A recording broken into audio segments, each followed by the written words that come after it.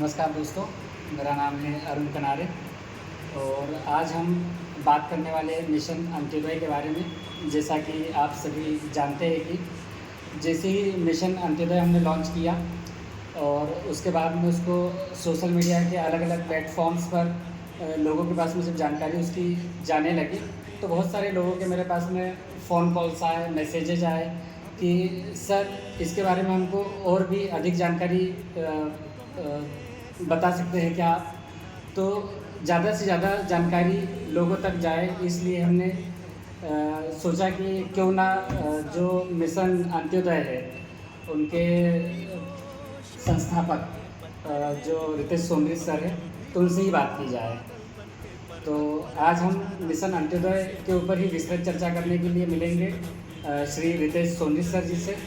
तो वो हम इस विषय पर विस्तृत चर्चा उनके साथ में करेंगे और जानने की कोशिश करेंगे कि किस प्रकार से लोग इनसे जुड़ सकते हैं और किस प्रकार से वो इस मिशन का हिस्सा बन सकते हैं।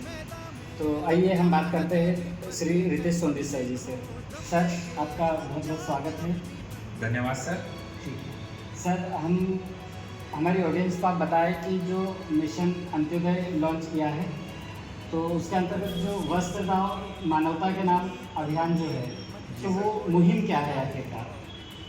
सर, जो हमारी वस्त्रदान मानवता के नाम मुहिम जो है इसमें हमने ऐसे वर्ग को टारगेट किया है जिसमें जो समाज का सबसे निचला तबका है, जिसके पास 2 वक्त के कपड़े नहीं हैं, जिसके पास ठंडी के कपड़े नहीं है, गर्मी के कपड़े नहीं है, ऐसा वर्ग जो हर समय संघर्ष कर रहा है। सर, ऐसे वर्ग के लिए हमने इस मिशन को लॉन्च किया है और ये हमारे मिशन का पहला पिलर है जो कि समाज सेवा पर काम कर रहा है। इस मिशन के और भी 4 पिलर हैं जिस पर हम अभी आने वाले समय में काम करेंगे, लेकिन अभी हम सोशल सर्विस पे काम कर रहे हैं, जिसके अंतर्गत हमने इस मुहिम को लॉन्च किया है वस्त्रदान मानवता के नाम।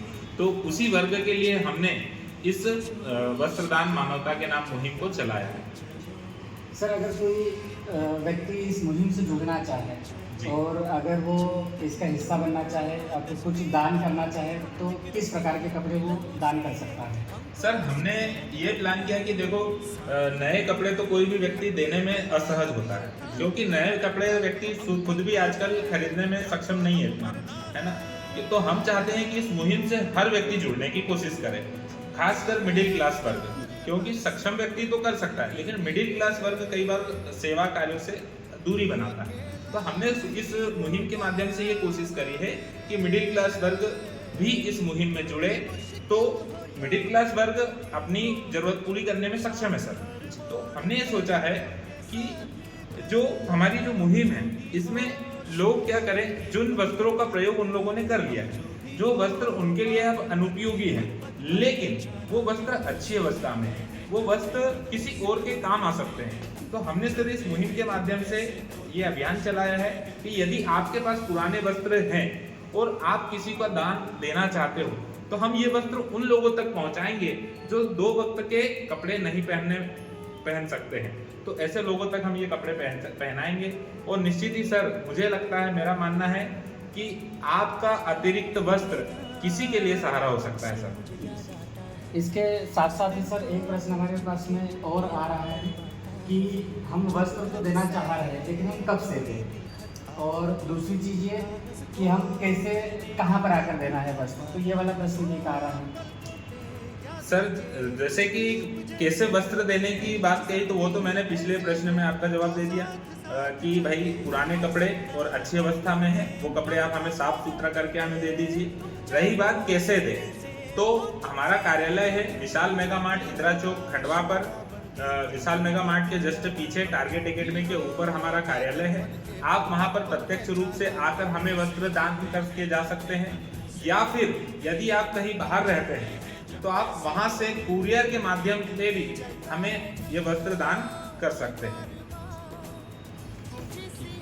तो जैसे दोस्तों, आज हमने बात की मिशन अंत्योदय के फाउंडर रितेश सोमरी सर से।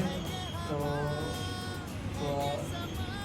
जो हमने बातें की और जो आपके प्रश्न थे तो उसका हमने पूरे आपके प्रश्न पहुंचा दिए हैं सोमरी सर तक। तो आशा करते हैं कि आपको पूरे प्रश्नों का जवाब मिल गया होगा। ठीक, बहुत बहुत धन्यवाद sir. Thank you so much sir.